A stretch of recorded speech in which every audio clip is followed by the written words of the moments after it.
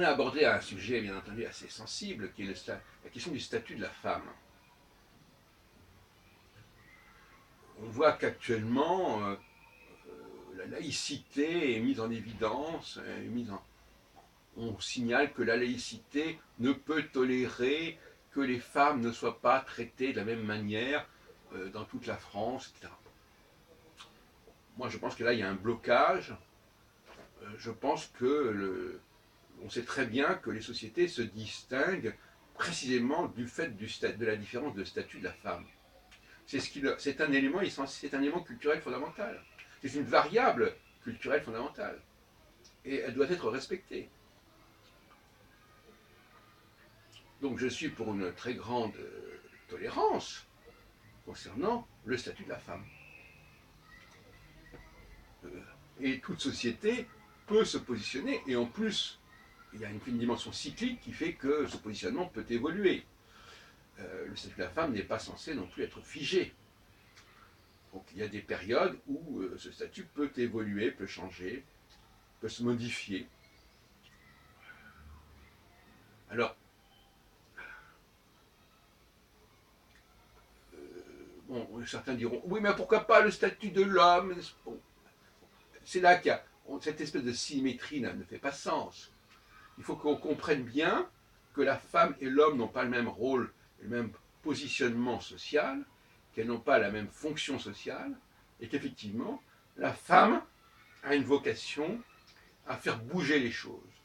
Son statut, l'évolution de son statut, dans un sens ou dans l'autre, peu importe, fait bouger les choses dans le temps, et également crée des différences socioculturelles d'un espace à un autre.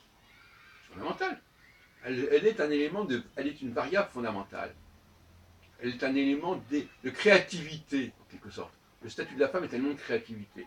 On me dirait, oui, mais alors la femme est un cobaye, etc. Peu importe. Je dis que la femme a une dimension est un vecteur de créativité absolument fondamental, et un vecteur d'évolution, de diversité socioculturelle dans le temps et dans l'espace, et qui doit être respecté. Alors, moi je pense que le XXIe siècle finira par accepter cette idée.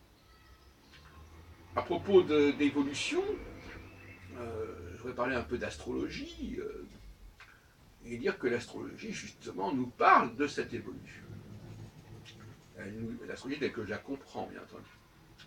C'est-à-dire que il y a des moments où les femmes ont un statut, ont un pouvoir, ont une signification, une portée qui n'est pas la même qu'à d'autres moments. Est-ce que ça, on peut le comprendre, ça aussi? Si on comprend ni que la femme a des statuts et des positionnements qui peuvent varier dans le temps comme dans l'espace, bon, moi je crois que là on est à côté de la plaque. Je pense qu'on peut parler d'un baromètre astrologique que j'ai moi-même établi ou rétabli, qui en réalité ne fait que mettre en évidence ce qui existe de toute façon. Je ne suis pas en train d'inventer une autre humanité, je suis en train de décrire comment notre humanité fonctionne. Ne faisons pas en plus continuellement. Je décris quelque chose qui existe de toute façon. Alors, on peut nier, on peut faire le déni de réalité, mais ça existe. Tout à l'heure, j'écoutais une émission, on parlait de Nicolas Sarkozy, on disait que le début de son quinquennat, en 2007, avait été entaché, marqué par sa vie privée, par le rôle de Cécilia, etc. Eh bien, quand on regarde le baromètre astrologique, on s'aperçoit que Saturne était à ce moment-là en train d'entrer en fin Lion, il était en train d'entrer dans une phase alpha, et que cette phase alpha, comme je l'ai dit à maintes reprises, cette phase alpha favorise une certaine prise de pouvoir du féminin, de l'environnement, d'entourage, de toutes sortes de façons et d'ailleurs. Et donc, par conséquent, bon, voilà, ça n'a rien d'extraordinaire. C'est comme ça que ça se passe. Voilà.